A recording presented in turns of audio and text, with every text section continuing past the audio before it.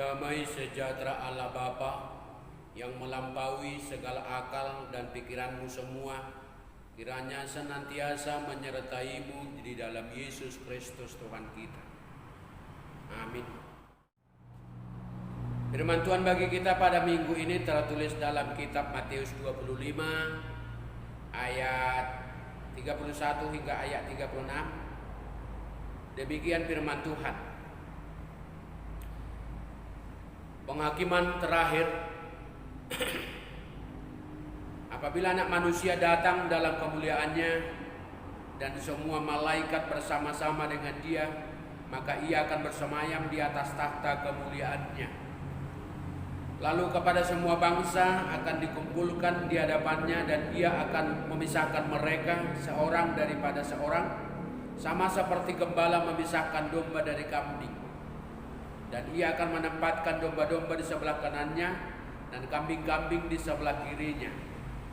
Dan raja itu akan berkata kepada mereka yang di sebelah kanannya, "Mari, hai kamu yang diberkati oleh Bapakku, terimalah kerajaan yang telah disediakan bagimu sejak dunia dijadikan. Sebab ketika aku lapar, kamu memberi aku minum, kamu memberi aku makan. Ketika aku haus, kamu memberi aku minum. Ketika aku seorang asing, kamu memberi aku tumpangan. Ketika aku telanjang, kamu memberi aku pakaian. Ketika aku sakit, kamu melawat aku. Ketika aku di dalam penjara, kamu mengunjungi aku." Maka orang-orang benar itu akan menjawab Dia, katanya, "Tuhan, bila manakah kami melihat Engkau lapar dan kami memberi Engkau makan, atau haus dan kami memberi Engkau minum? Bila manakah kami melihat Engkau sebagai orang asing dan kami memberi Engkau tumpangan, atau telanjang dan kami memberi Engkau pakaian? Bila manakah kami melihat Engkau sakit atau dalam penjara dan kami mengunjungi Engkau?" Dan raja itu akan menjawab mereka, "Aku berkata kepadamu, sesungguhnya segala sesuatu yang kamu lakukan untuk salah seorang dari saudaraku yang paling hina ini, kamu telah melakukannya untuk aku." Dan dia akan berkata juga kepada mereka yang di sebelah kirinya, "Enyahlah dari hadapanku, hai kamu orang-orang terkutuk. Enyahlah ke dalam api yang kekal, yang telah sedia untuk iblis dan malaikat-malaikatnya. Sebab ketika aku lapar, kamu tidak memberi aku makan. Ketika aku haus, kamu tidak memberi aku minum. Ketika aku orang asing, kamu tidak memberi aku tumpangan. Ketika aku telanjang, kamu tidak memberi aku pakaian. Ketika aku sakit dalam penjara, kamu tidak melawat aku." Lalu mereka pun akan menjawab Dia, katanya, "Tuhan, bila manakah kami melihat Engkau lapar atau haus, atau sebagai orang asing, atau telanjang, atau sakit, atau dalam penjara, dan kami tidak melayani Engkau?" Maka Ia akan menjawab mereka, "Aku berkata kepadamu, sesungguhnya segala sesuatu yang tidak kamu lakukan untuk salah seorang dari yang paling hina ini, kamu tidak melakukannya juga untukku." Dan mereka ini akan masuk ke tempat siksaan yang kekal, tetapi orang benar ke dalam hidup yang kekal. Demikian firman Tuhan. Saudaraku yang terkasih dalam nama Tuhan Yesus Kristus, salam sehat bagi kita semua. Kiranya dalam doa kita selalu berharap supaya seluruh jemaat kita, seluruh perhalado, Tuhan melindungi. Bila waktu Tuhan itu sudah datang, waktu Tuhan itu sudah tiba, Tuhan Yesus datang dalam kemuliaannya. Dia akan berkumpul dengan malaikat-malaikatnya, dan Dia akan bersemayam di atas tahta kemuliaannya. Dia akan menghukum orang sesuai dengan perbuatannya semasa Ia hidup di bumi. Lalu Tuhan akan memisahkannya yang satu dengan yang lain sesuai dengan perbuatannya.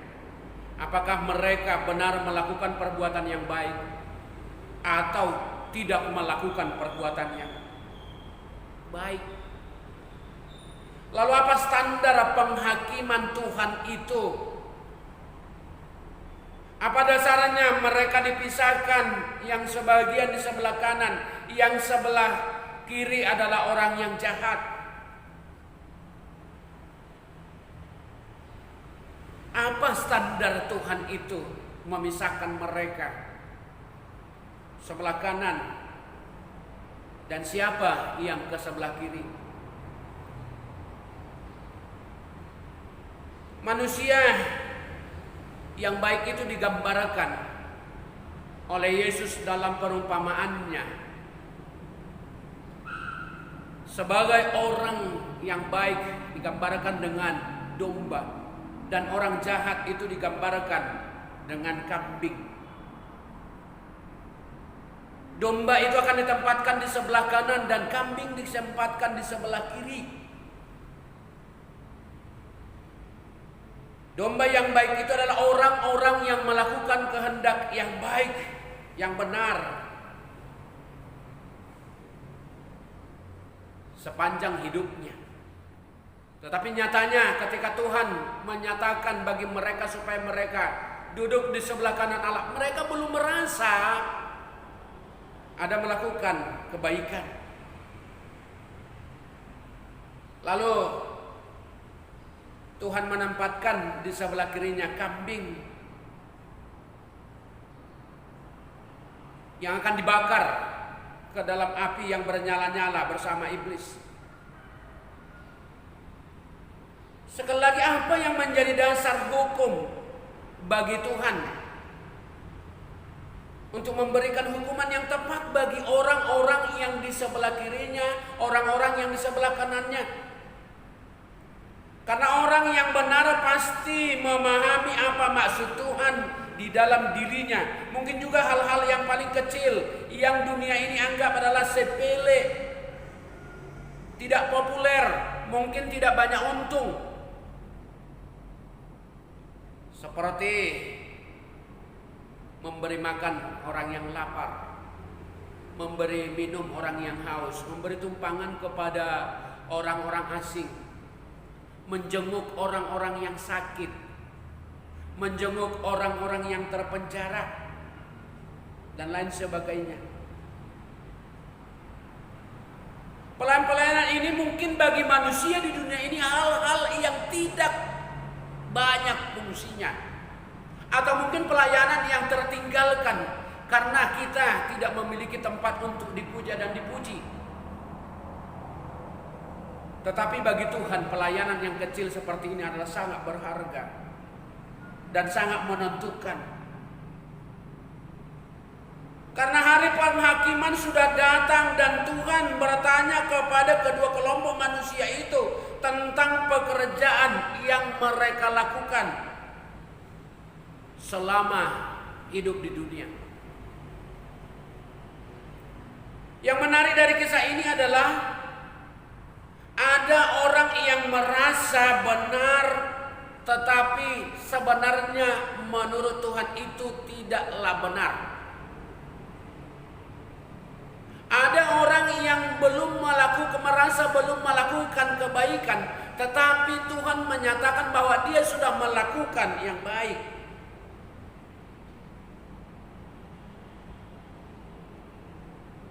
Dan orang yang merasa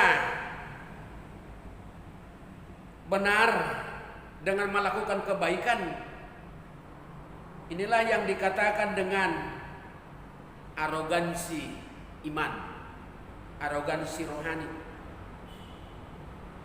Dan ini petunjuk bahwasanya akan jelas, akan nampak sekali dalam kehidupan kita akhir-akhir ini. Akan banyak orang yang menyatakan dirinya benar, serasa sudah melakukan kebaikan, serasa sudah melakukan perbuatan yang baik. Tetapi di mata Tuhan mereka adalah orang yang jahat sama sekali. Orang-orang yang demikian adalah orang-orang yang munafik. Orang-orang yang hanya mengharapkan puja dan puji, orang-orang yang hanya mengharapkan keuntungan material.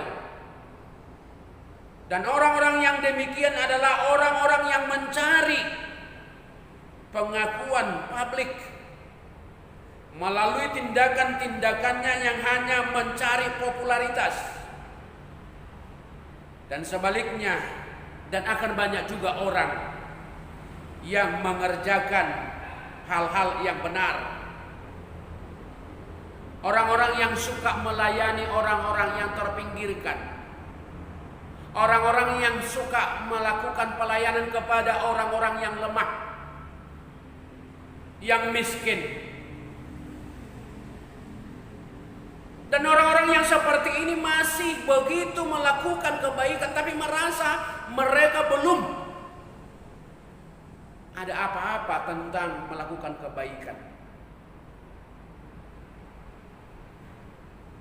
Merasa jika melayani orang yang haus dan lapar dan sebagainya itu, walaupun itu adalah hal kecil, dan mungkin juga sudah banyak mereka lakukan dan mereka tolong, tetapi merasa bahwa itu belum ada apa-apa.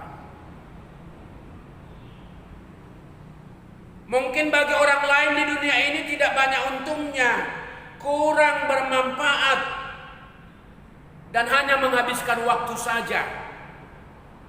Tetapi bagi orang-orang yang ingin melakukan kebaikan, itu adalah juru kunci.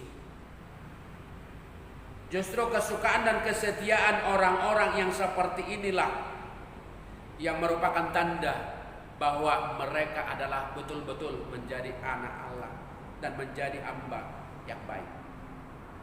Hanya orang yang pernah melayani Tuhan pada saat dia tidak memiliki apa-apa, itu sama dengan ketika Yesus merendahkan diri dan menjadi miskin hanya untuk menebus orang percaya dari segala keberdosaannya melalui salib.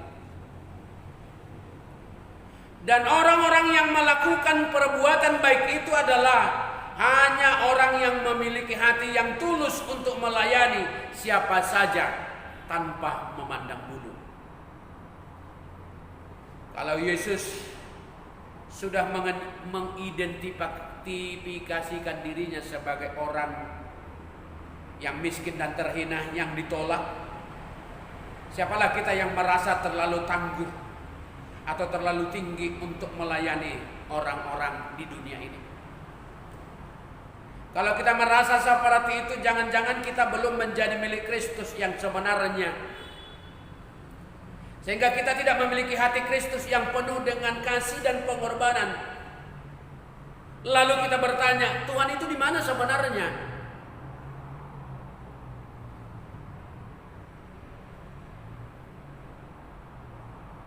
Tuhan itu di mana? Bagaimana dengan orang-orang yang hanya memikirkan popularitas dirinya, yang memikirkan untung materinya?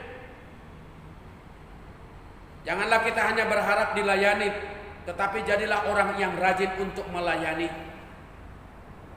Itulah bukti bahwa kita tulus tanpa memandang bulu dalam bentuk orang-orang yang mau berkorban dan melayani secara kasih. Bukan berlomba supaya dia tenar dan menjadi orang yang terbaik dipandang orang di dunia, tetapi adalah orang yang terbaik menurut Tuhan.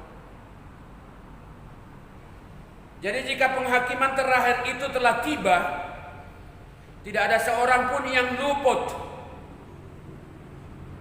dalam penghakiman Tuhan. Maka mumpung masih ada jalan, penghakiman itu masih sedang proses, marilah kita waspada melakukan segala pekerjaan kita untuk menyatakan isi hati kita, iman kita yang sebenarnya, untuk menuliskan dalam semua buku kehidupan kita, termasuk dalam Android kita. Tuliskan buku kehidupanmu dengan baik. Janganlah sampai terlena dengan dunia ini sehingga kita bisa menyatakan bahwa hidup kita hanya di dunia ini. Walaupun dunia ini seakan-akan sudah memberikan andil bagi kita, Walaupun dunia ini seakan-akan masih ada bagi kita, tapi ingat, segala sesuatu yang menyangkut dunia akan berakhir dan kematian akan menimpa mereka. Hanya orang-orang yang percayalah yang memiliki kesempatan kehidupan yang disediakan oleh Tuhan Yesus. Dan dunia akan berakhir sesuai dengan rencana Tuhan.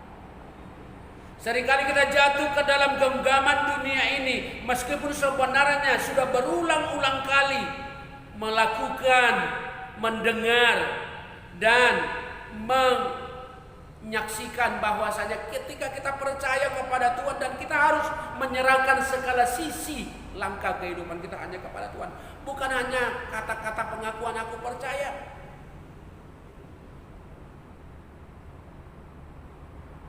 Untuk itulah gereja kita memperingati pada perayaan akhir tahun gereja ini, dan nanti akan diumumkan saudara-saudara kita yang telah meninggal pada minggu-minggu sebelum ini, 1 tahun gereja ini. Tentu bukan berarti membongkar atau mengulang kembali tentang kesedihan keluarga yang telah ditinggalkan. Bukan mengumbar kembali, membangunkan rasa sedih mereka dan duka mereka. Tetapi justru adalah untuk menguatkan iman keluarga dan kita semua bahwa kematian bukanlah akhir kehidupan manusia di dunia. Kematian hanyalah akhir dari kehidupan di dunia ini. Masih ada kehidupan yang kekal yang diterima oleh setiap orang percaya melalui Yesus. Jadi kita diingatkan, walau keluarga kita telah meninggal dunia, saudara-saudara kita telah meninggalkan kita dari dunia ini, hidup kita juga telah dan akan berakhir dari dunia ini. Kita percaya masih ada kehidupan kekal yang telah disediakan oleh Tuhan Yesus, yaitu kehidupan kekal selamanya yang membawa sukacita melalui kematian dan kebangkitan Yesus, yang menjamin bahwa setiap orang yang percaya pasti memiliki kehidupan kekal itu. Jadi sebelum kita tiba di hari penghakiman Tuhan, penghakiman terakhir, kita harus terlebih dahulu menghadap hari penghakiman itu yang sudah tiba. Dan berhati-hatilah melakukan setiap pekerjaan kita agar kita dikuatkan untuk melanjutkan hari-hari hidup kita nantinya bersama-sama Yesus. Dikatakan, mari hai kamu yang diberkati oleh Bapakku, terimalah kerajaan yang telah disediakan bagimu sejak dunia dijadikan. Lalu siapa saja mereka dan kepada siapa diberikan kalimat yang sungguh indah dan lembut ini? Sebuah ungkapan yang sangat memotivasi bahwa setiap orang percaya akan mendapatkan kerajaan yang telah disediakan Bapa di sorga. Mari hai kamu yang diberkati oleh Bapakku, terimalah kerajaan yang telah disediakan bagimu sejak dunia dijadikan. Tentunya ungkapan ini adalah kepada orang-orang yang ditempatkan oleh Raja di sebelah kanannya. Orang yang belum merasa melakukan perbuatan baik selama ini, orang-orang yang sudah melakukan kebaikan walaupun masih kecil dan dia berusaha untuk mengejar perbuatan yang baik itu, tetapi mereka belum merasa apa-apa. Dilanjut lagi, sebab ketika aku lapar, kamu memberi aku makan, ketika aku haus, kamu memberi aku minum, ketika aku seorang asing, kamu memberi aku tumpangan, ketika aku telanjang, kamu memberi aku pakaian, ketika aku sakit, kamu melawat aku, Ketika aku di dalam penjara, kamu mengunjungi aku. Ada 6 hal pekerjaan yang mungkin dianggap dunia ini adalah masalah sepele dan kecil. Artinya itu mereka berada di sisi kanan Tuhan Yesus, yang memberi makan Yesus, memberi minum, memberi tumpangan, memberi pakaian, melawat ketika sakit, dan mengunjungi orang-orang yang terpenjara. Banyak orang yang salah menggambarkan ketika bertemu dengan Tuhan Yesus adalah ketika Tuhan Yesus datang itu begitu mulianya di depan kita. Lalu ketika ada orang yang meninggal, tiba-tiba Tuhan Yesus datang, "Hei kamu orang yang mati, bangun." Tidak seperti itu. Tuhan itu memiliki banyak cara untuk bertemu dengan kita, orang percaya. Petunjuk itu semakin dipahami setelah Yesus menjelaskan di ayat 40, "Aku berkata kepadamu, sesungguhnya segala sesuatu yang kamu lakukan kepada salah seorang dari saudaraku yang paling hina ini, kamu telah melakukannya untuk aku." Cukup luar biasa. Itu artinya berarti Tuhan itu datang untuk menolong kita, untuk menguji kita melalui segala bentuk yang ada di dunia juga, dan segala kejadian-kejadian alam, bukan hanya manusia.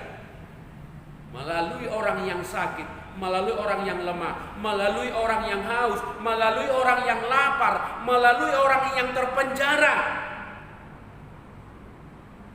Kita diajarkan untuk melakukan perbuatan yang baik kepada Tuhan. Jawaban dan petunjuk yang sangat fantastis, tetapi memotivasi dari Yesus. Karena sebelumnya kelompok yang di kanan itu belum mengerti apa sebenarnya yang telah mereka lakukan. Berarti setiap perbuatan yang mereka lakukan selama ini yang bukan kepura-puraan, dulunya mereka belum sadari adalah pelayanan untuk Tuhan.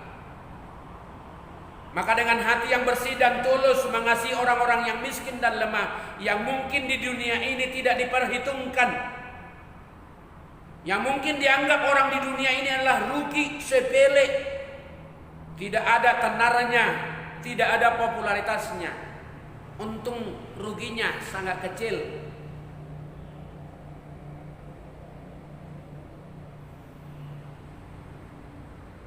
Tuhan Yesus katakan, "Mari, hai kamu yang diberkati oleh Bapakku di sorga, terimalah kerajaan yang telah disediakan bagimu sejak di dunia dijadikan." Pertanyaannya bagi kita orang percaya akhir-akhir ini, apakah kita ini termasuk dalam kelompok itu?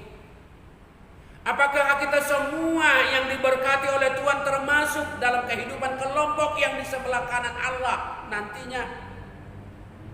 Maka cobalah dulu koreksi hati kita. Apakah kita sudah sering melakukan perbuatan kasih itu? Apakah kita rajin menolong orang-orang yang membutuhkan pertolongan kita? Sehingga Yesus menyatakan, "Apa yang kamu lakukan terhadap salah satu saudaraku yang paling hina ini, yang paling kecil ini?" Karena mereka membutuhkan dukungan kita. Orang yang paling hina, orang yang paling lemah membutuhkan perhatian dan kepedulian kita. Sudahkah kita membantu orang miskin, orang yang sakit, orang yang lapar dan haus, orang yang terpenjara, orang pendatang? Lalu apakah kita menolong mereka hanya supaya kita diingat, supaya kita dipuji, supaya kita dipandang tenar, populer?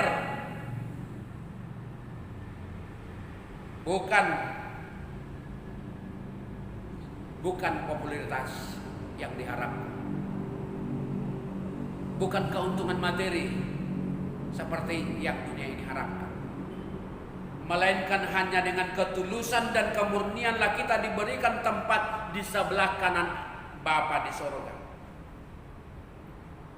Sebaliknya ada juga orang-orang yang melihat Allah itu hanya dari ukuran pemikirannya, apa yang dia rasakan. yang melihat Allah itu hanya dari kacamata perasaannya sendiri. Tiba-tiba jika ada ujian, nanti tiba penghakiman itu datang, ia akan berteriak sekeras-kerasnya, Tuhan, di manakah Engkau? Aku sudah sakit, aku sudah hampir mati, di manakah Engkau? Begitu kuatnya suaranya. Seperti dalam sebuah kasus ini, hujan besar semalaman membuat sebuah kota tenggelam banjir yang sangat parah.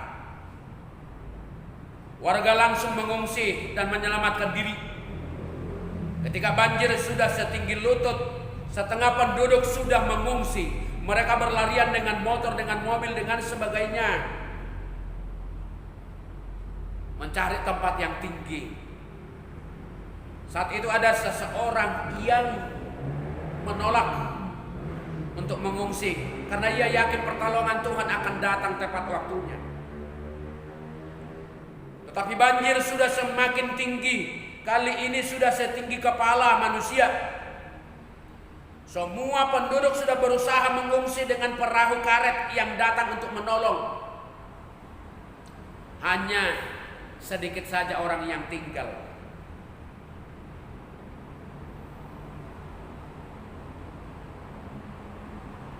Yang terjebak. Tetapi seseorang yang tadi yang merasa bahwa Tuhan akan datang tepat waktunya menolong, menolak untuk ditolong melalui perahu karet. Banjir semakin meninggi. Kali ini sudah mulai menutupi atap rumah penduduk.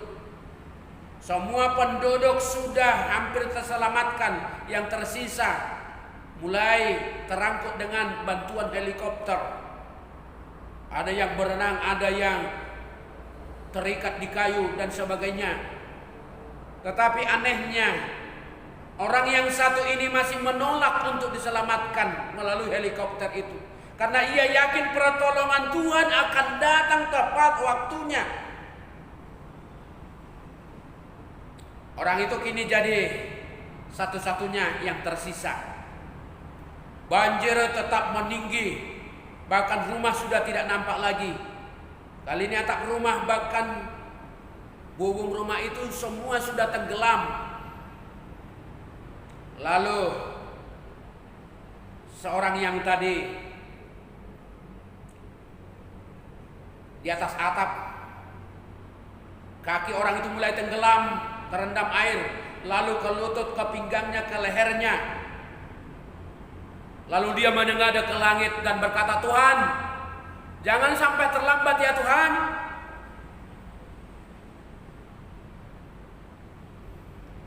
Wahai Tuhan, di manakah pertolonganmu? Ini sudah terlambat. Tolong cepat datang. Aku sudah begitu sabar menunggu bantuanmu. Tetapi tak kunjung datang juga. Tidak butuh waktu lama, akhirnya banjir sudah melewati kepalanya. Dan dia berusaha berenang, tetapi arus sudah lebih kuat. Dan dia hanyut, tenggelam, dan mati. Di dalam alam kematian ia bertemu malaikat Tuhan. Dia protes kepada malaikat itu. Wahai malaikat, aku mau bertemu dengan Tuhan dulu. Aku selalu beribadah dan rajin berdoa. Kalau ibadah sudah mulai, aku adalah orang yang paling cepat datang. Akulah orang yang paling mendoakan orang-orang yang sakit di keluarga, di tetangga, di punguan. Dan percaya bahwa Sang Pencipta akan datang menolongku. Tetapi kenapa tidak kunjung dia tidak datang pada pertolongan yang saya butuhkan? Tahu Bapak Ibu apa jawaban malaikat? Malaikat menjawab, siapa bilang Tuhan tidak menolongmu? Siapa bilang Tuhan tidak datang untuk menolong? Siapa bilang Tuhan tidak datang untuk menolong? Ia telah mengirimkan mobil, motor untuk menolong orang-orang supaya bisa mengungsi. Di manakah kamu saat itu? Kamu bilang pertolongan Tuhan datang tepat waktunya. Di manakah kamu saat itu ketika Tuhan mengirimkan perahu karet untukmu? Kamu tidak peduli. Ia bahkan telah mengirimkan helikopter untukmu, tetapi kamu acuhkan. Ya, kesimpulannya kamu memang ingin mati. Lalu orang tersebut menyadari betul-betul dan menangis setelah di kematian. Ia merasa begitu bodoh, mengira bahwa pertolongan Tuhan itu akan datang, mungkin seperti kilat yang akan memindahkannya ke tempat yang lain. Terus, ada di situ banjir, kamu pindah sana. Di situ ada api, berangkat di sana, kau ke sana, nggak bagus di situ. Kamu lapar, ini nasimu.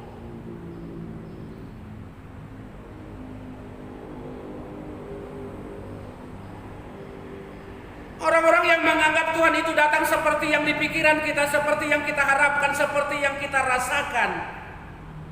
Bagaimana caranya manusia mengharapkan Tuhan itu supaya ketika tantangan itu ada, banjir itu sudah datang, lalu kita menyatakan Tuhan sudah datang, banjirnya Tuhan sudah semakin besar, lalu keringkan tanah ini. Sebaliknya, jika kita disuruh menolong orang lain, jangan katakan ada waktu yang terlambat. Seringkali kita menganggap Tuhan itu belum menolong kita, padahal Ia sudah mengirimkan cara-cara yang beraneka ragam untuk memberi bantuan bagi kita. Marilah berlomba, jangan susahkan dirimu untuk memberi bantuan kepada orang lemah, orang haus dan lapar dan sebagainya. Seringkali kita memandang orang itu hanya memandang rencana pertolongan Tuhan itu sesuai dengan pikiran kita. Kita tidak menyadari bahwa itu adalah cara Tuhan yang berbeda, sedang menguji kita dan menguji kebenaran dan ketulusan iman kita. Dan itulah cara Tuhan untuk menempatkan kita di tengah tantangan itu, harus memahami siapakah Tuhan itu sebenarnya. Jadi waktunya akan tiba, Ia akan membalaskan kebaikan itu bagi kita yang mengenal dan melayani Tuhan, bukan seperti yang kita mau lakukan, bukan seperti yang kita inginkan, melainkan yang Tuhan sudah rencanakan. Jadi, saudaraku yang terkasih dalam nama Tuhan Yesus Kristus, dilanjutkan lagi, Yesus berkata kepada kelompok yang di sebelah kirinya, "Enyahlah dari hadapanku, hai kamu orang-orang yang terkutuk. Enyahlah ke dalam api yang kekal yang telah sedia untuk iblis dan malaikat-malaikatnya." Diberikan pertanyaan yang sama kepada mereka.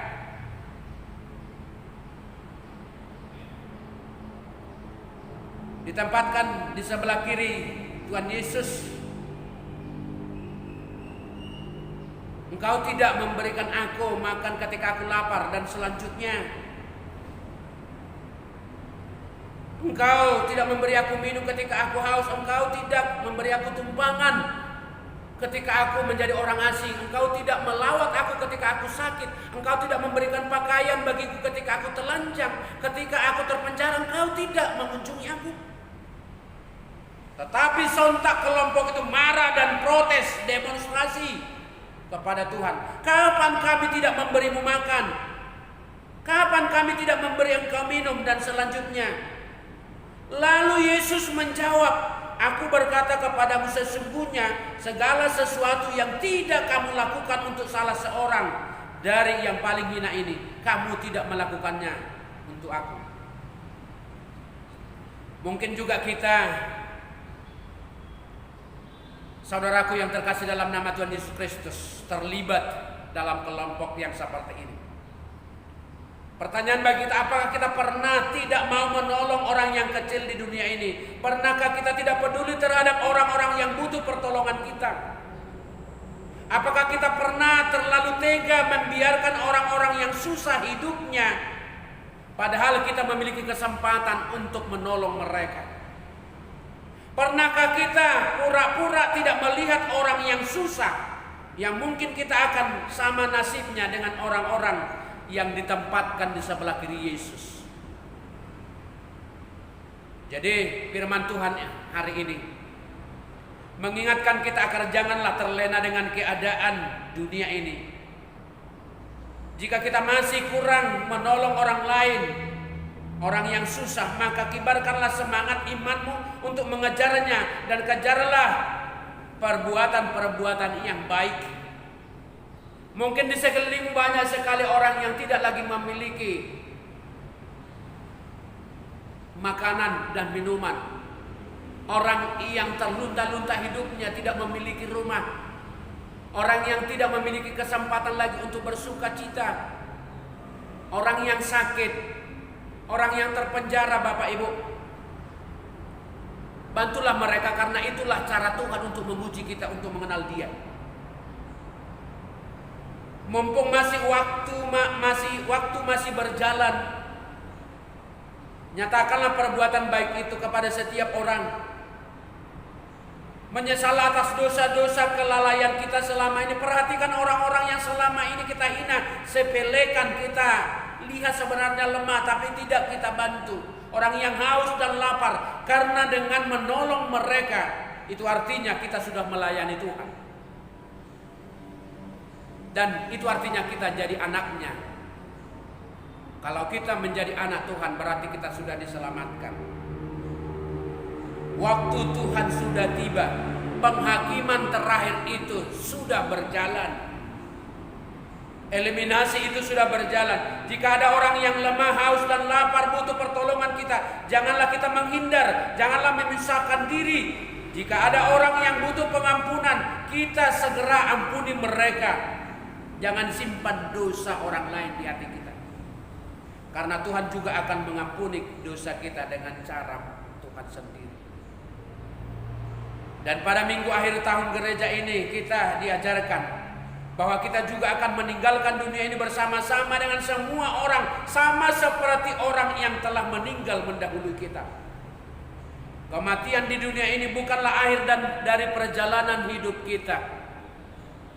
Iya, masih ada hidup yang kekal yang telah disediakan oleh Bapa di sorga bagi orang-orang yang percaya, bagi orang-orang yang sudah melakukan perbuatan yang baik. Dan kita berharap Tuhan menempatkan kita di sisi kanannya. Percayalah bahwa Tuhan menyatakan bahwa orang-orang yang akan masuk ke tempat siksaan yang kekal adalah orang-orang yang jahat. Tetapi orang-orang yang benar Tuhan akan tempatkan ke dalam kehidupan yang kekal. Sesungguhnya segala sesuatu yang tidak kamu lakukan untuk salah seorang yang paling hina ini, kamu tidak melakukannya juga untuk aku. Tetapi ketika kita melakukan perbuatan yang baik kepada sahabat-sahabat Tuhan Allah yang mungkin merasa hina di dunia ini, kita akan ditempatkan kepada kanan Allah dan diberkati untuk selama-lamanya.